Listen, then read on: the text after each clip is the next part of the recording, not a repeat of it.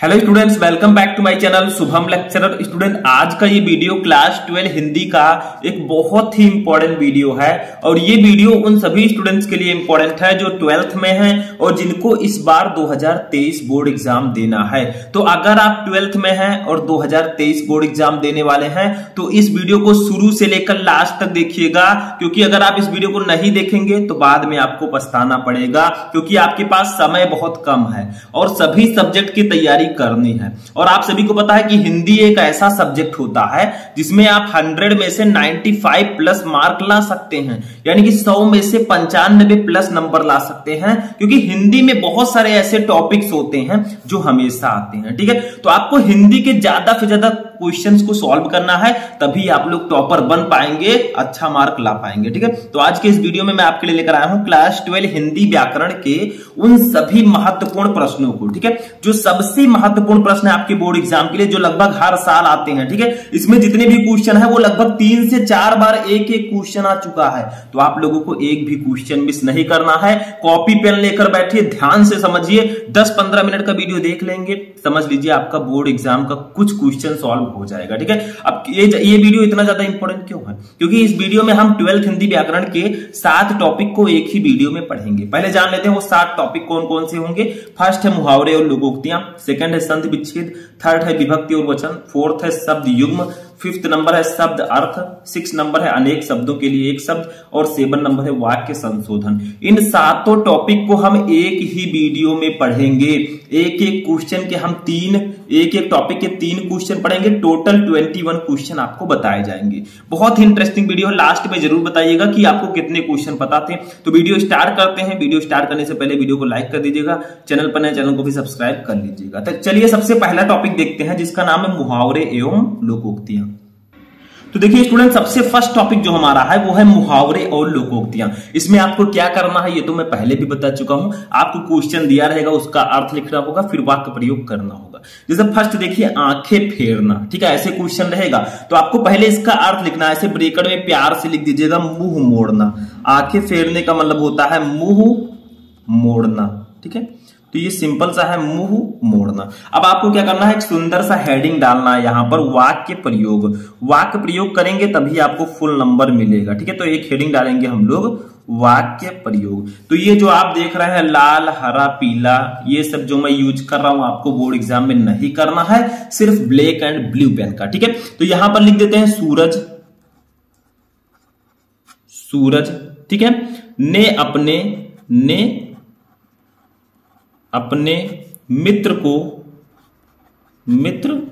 को मुसीबत में, ठीक है, मुसीबत में, ठीक है, मुसीबत में देखकर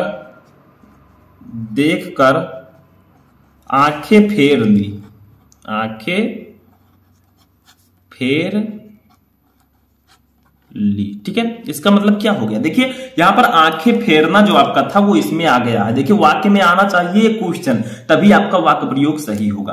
तो आपको क्या रहेगा कि अर्थ लिखकर वाक्य प्रयोग करना होगा। तो जैसे देखिए आंखें फेरना, इसका अर्थ होगा मुंह मोड़ना।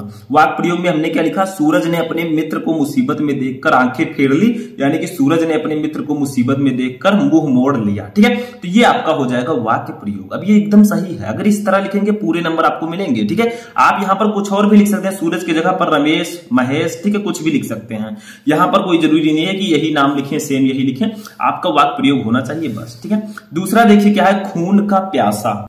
तो देखिए खून का प्यासा, इसका पहले हम अर्थ लिखते हैं। खून का प्यासा का मतलब होता है जानी दुश्मन। ठीक है, जानी दुश्मन। तो खून का प्यासा यानी कि जानी दुश्मन। ठीक है, अब यहां पर भी एक सुंदर सा हेडिंग डालेंगे, वाक्य प्रयोग। देखिए मैं थोड़ा स्लो आपको पढ़ाता हूं, लेकिन जो चीजें स्लो आपको बताई जाएंगी वो आपके माइंड में बहुत ही तेजी के साथ जाएंगी। ठीक है, तो आपको नोट करते हुए चलिए, समझते चलिए, क्योंकि धीरे धीरे समझेंगे, नोट करेंगे तो आपको जल्दी आ जाएगा। तो देखिए यहां पर लिखेंगे राम और रहीम आजकल एक दूसरे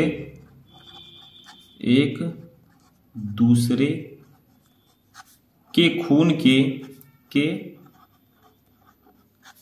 के प्यासे प्यासे बने हुए हैं, ठीक है, बने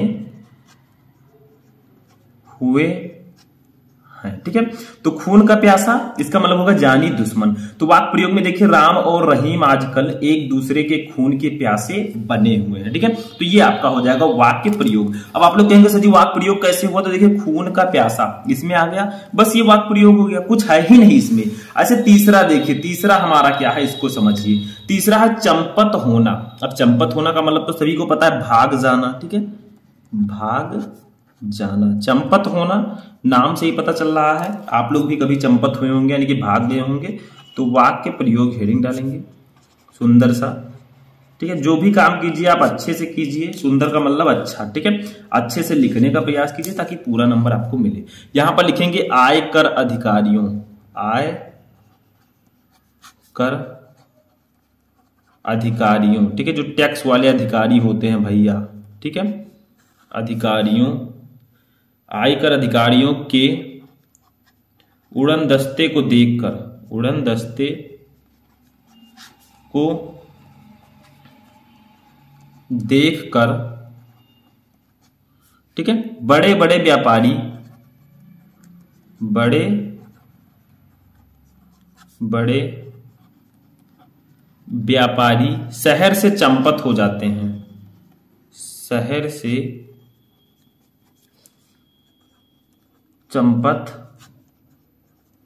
हो जाते हैं, हो जाते हैं, ठीक है। तो देखिए चंपत हो जाना यानी कि भाग जाना। तो देखिए वाक्य प्रयोग में आयकर अधिकारियों के उड़न दस्ते को देखकर बड़े बड़े व्यापारी शहर से चंपत हो जाते हैं यानी कि शहर से भाग जाते हैं, ठीक है। बस सिंपल सा है, इसमें कुछ है ही नहीं, ठीक है, इसमें कुछ भी नहीं है। तो 3 क्वेश्चन मैंने आपको बताया मुहावरे और लोकोक्तियों का, अब इसको आप नोट कर लीजिए। अब दूसरा टॉपिक हम देखते हैं जो कि हमारा संधि विच्छेद। अब संधि विच्छेद में क्या होता है ये तो सभी को पता है, बहुत ही इजी है, ठीक है। संधि विच्छेद में क्या होगा, आपको सही वाला संधि विच्छेद चूज करके लिखना होगा। जैसे देखिए फर्स्ट क्वेश्चन है मधुराक्षरम का संधि विच्छेद है, बताइए मधुराक्षरम का सही संधि विच्छेद क्या होगा। का है मधुराधन क्षरम, खा है मधुरधन अक्षरम, गा है मधुरधन अक्षरम और घा है मधुधन राक्षरम। तो इसका राइट आंसर होगा ऑप्शन नंबर गा, मधुरधन अक्षरम, ठीक है। यह मधुराक्षरम का सही संधि विच्छेद होगा। तो ऐसे ही आपको संधि विच्छेद करना होता है, ठीक है, कि मधुराक्षरम का सही संधि विच्छेद क्या है, मधुरधन अक्षरम, ठीक है। तो ये गा वाला ऑप्शन आपका राइट हो जाएगा। समझ में आ गया, क्योंकि रा में क्या है छोटा आ, इसमें भी आगे छोटा आ है, दोनों मिलकर बड़ा आ बना लेंगे तो ये मधुराक्षरम हो जाएगा, ठीक है। ऐसे सेकंड वाला देखते हैं। ऐसे देखिए दूसरा क्वेश्चन हमारा क्या है, कदापि का संधि विच्छेद है। कदापि का सही संधि विच्छेद क्या होगा, का है कद धन अपि, खा है कत धन अपि, गा है कट धन अपि और घा है कदा धन अपि। तो इसका राइट आंसर हो जाएगा ऑप्शन नंबर घा, कदा धन अपि, ठीक है। ये कदापि का सही संधि विच्छेद होगा, ठीक है। तो इसमें कुछ करना नहीं है, आपको सिर्फ सही वाला संधि विच्छेद चूज करके लिखना होगा, ठीक है, सिंपल सा है, ठीक है। तो दूसरा भी समझ में आ गया। अब चलिए तीसरा देखते हैं। तीसरा हमारा है लाकारह का संधि विच्छेद है। लाकारह का सही संधि विच्छेद क्या होगा, ठीक है। का है ला धन कारा, खा है लिर धन अकारा, गा है ला धन आकारा, घा है लिर धन आकारा। तो इसका राइट आंसर हो जाएगा ऑप्शन नंबर घा, लिर धन आकारा, ठीक है। ये लाकारा का सही संधि विच्छेद होगा। तो दैट्स राइट आंसर। तो ये तीनों क्वेश्चन समझ में आ गए, बहुत ही सिंपल से थे, इसको नोट कर लीजिए। तब हम देखते हैं अपना नेक्स्ट टॉपिक। 3 क्वेश्चन इसके भी हो गए। अब आते हैं विभक्ति और वचन पर। इसमें क्या करना है, विभक्ति और वचन हमें पहचानना है। जैसे फर्स्ट देखिए, नामनी में सही कौन सी विभक्ति है कौन सा वचन है ये आपको बताना है। नामनी, तो आपके पास ऑप्शंस होंगे, का है सप्तमी विभक्ति एक वचन, खा है तृतीय विभक्ति द्विवचन, गा है प्रथमा विभक्ति बहुवचन और घा है षष्ठी विभक्ति बहुवचन। तो इसका राइट आंसर हो जाएगा ऑप्शन नंबर का सप्तमी विभक्ति एक वचन, ठीक है। इसको थोड़ा सा आप हाईलाइट कर सकते हैं यहां पर, ठीक है, सप्तमी, ठीक है, सप्तमी एक वचन लिखा, ये ध्यान रखिएगा, ठीक है। चलिए आगे बढ़ते हैं। क्वेश्चन नंबर सेकंड क्या है हमारा, आत्मना में कौन सी विभक्ति है कौन सा वचन है।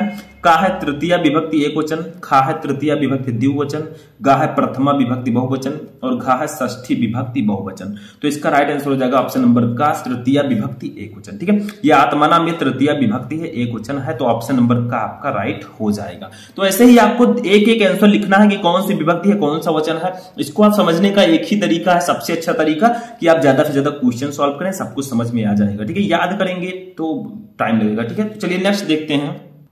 अब देखिए नेक्स्ट हमारा है तीसरा नंबर, ये तीसरा है, ठीक है। नामभी, नामभी में कौन सी विभक्ति है, कौन सा वचन है? का है प्रथम विभक्ति बहुवचन, खा है तृतीय विभक्ति बहुवचन, गा है चतुर्थी विभक्ति बहुवचन एंड खा है सप्तमी विभक्ति बहुवचन। तो इसका राइट आंसर हो जाएगा ऑप्शन नंबर खा, तृतीय विभक्ति बहुवचन, ठीक है। नामभी जो है इसमें तृतीय विभक्ति है और ये बहुवचन है, ठीक है। ऑप्शन नंबर खा आपका राइट हो जाएगा। तो विभक्ति और वचन में ऐसे ही आपको करना होता है, जो सही विभक्ति और वचन है वही चूज करके लिखना होता है। अब आते हैं नेक्स्ट टॉपिक पर, चौथा टॉपिक शब्द युग्म, ठीक है। इसका मतलब क्या होगा? शब्द युग्म का मतलब, युग्म का मतलब क्या होता है? जोड़ा, पेयर्स, ठीक है। तो शब्दों का जोड़ा, जैसे देखिए फर्स्ट है निहत और निहित। इसमें आपको करना क्या है? देखिए इसमें आपको बताना है कि इसका सही अर्थ क्या होगा। देखिए जो पहले है निहत और ये है निहित, दोनों पढ़ने में लगभग सेम है, थोड़ा बहुत अंतर है। तो इसका सही अर्थ क्या होगा? का है डरा हुआ और छिपा हुआ। याद रखिएगा, जो पहले उसका अर्थ पहले होगा, जो बाद में उसका अर्थ बाद में होगा, ठीक है। तो का है डरा हुआ और छिपा हुआ, खा है छिपा हुआ और डरा हुआ। देखिए उल्टा दे दिया गया, गा है मरा हुआ और छिपा हुआ और घा है हारा हुआ और मरा हुआ, ठीक है। तो इसका राइट आंसर हो जाएगा ऑप्शन नंबर गा, मरा हुआ और छिपा हुआ। निहत का मतलब होता है मरा हुआ, ठीक है। निहित का मतलब छिपा हुआ, तो इसका अर्थ होगा मरा हुआ और छिपा हुआ, ठीक है। तो जो पहले उसका अर्थ पहले, जो बाद में उसका अर्थ बाद में, ठीक है। ऐसे दूसरा देखिए क्या है, वाहन, वाहन, वाहन, ठीक है। देखिए वाहन है, ये वाहन है, तो इसका सही अर्थ क्या होगा? का है ढोना और भगनी, ठीक है। खा है बहना और वहनी और गा है ढोना और बहना और घा है ढोना और ढहाना। तो देखिए इसका राइट आंसर क्या होगा? तो देखिए इसका राइट आंसर हो जाएगा ऑप्शन नंबर का, ढोना और भगिनी, ठीक है। वाहन का मतलब होता है ढोना, वाहन, ठीक है। और बहन का मतलब होता है भगिनी, तो ढोना और भगिनी इसका राइट आंसर हो जाएगा, ठीक है। थोड़ा अजीब है लेकिन समझ में तो आना चाहिए, ठीक है। तीसरा देखिए उपल और उत्पल, ठीक है। इसका राइट आंसर क्या होगा? उपल और उत्पल, ठीक है। तो का है उत्पन्न और ऊपर, खा है ऊपर और नीचे, गा है ओला और कमल, घा है समाप्त और प्रारंभ। तो इसका राइट आंसर होगा ऑप्शन नंबर गा, ओला और कमल, ठीक है। उपल का मतलब ओला और उत्पल का मतलब कमल, तो इसका राइट आंसर हो जाएगा ओला और कमल, ठीक है। तो ये गा वाला ऑप्शन राइट होगा। समझ में आ गया तीसरा क्वेश्चन भी। चलिए नेक्स्ट क्वेश्चन देखते हैं, क्वेश्चन नंबर 4। अब देखिए स्टूडेंट हमारा नेक्स्ट टॉपिक आता है, क्योंकि तीन तीन क्वेश्चन हम पढ़ रहे हैं एक टॉपिक के। तो नेक्स्ट टॉपिक है शब्द अर्थ। अभी हमने पढ़ा शब्द युग्म। शब्द अर्थ का मतलब क्या होता है? देखिए जैसे आप पढ़ते थे पर्यायवाची शब्द, अनेकार्थी शब्द, उसी को बोलते हैं शब्द अर्थ। जैसे फर्स्ट देखिए बल, बल को और हम किन नामों से जानते हैं, ये आपको लिखना है कि बल को और क्या क्या कह सकते हैं। तो देखिए बल को हम शक्ति कह सकते हैं, ठीक है, शक्ति कह सकते हैं, सेना कह सकते हैं, सेना, और कह सकते हैं टेढ़ापन, ठीक है, टेढ़ापन। तो ये सब हम बल को इन नामों से भी जानते हैं। ऐसे दूसरा देखिए विधि। अब विधि को हम क्या कह सकते हैं बताइए? जैसे अमोनिया बनाने की विधि, विधि का मतलब तरीका, ठीक है, तरीका भी इसको हम बोल सकते हैं नाम से, ठीक है।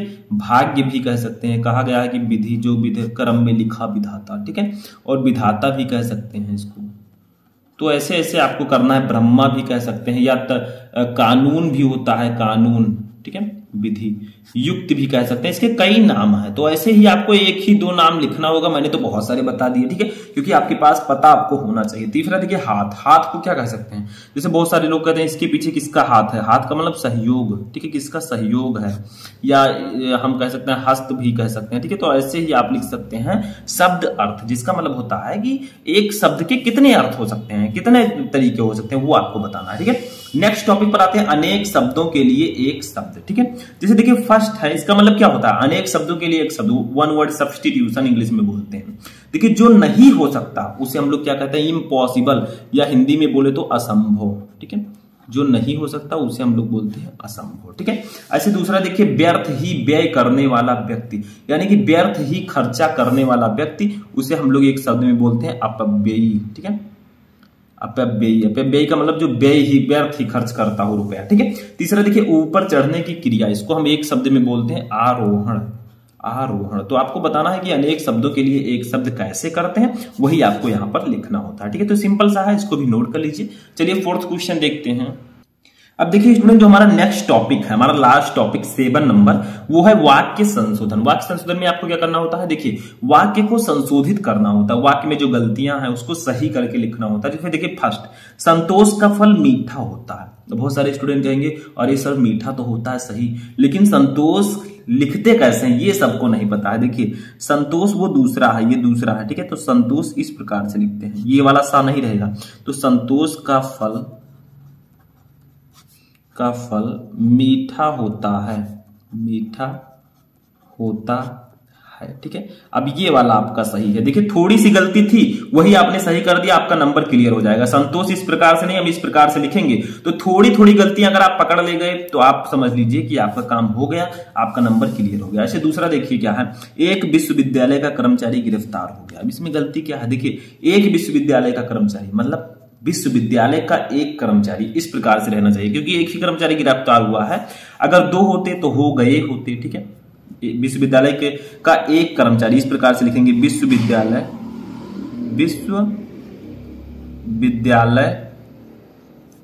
का एक कर्मचारी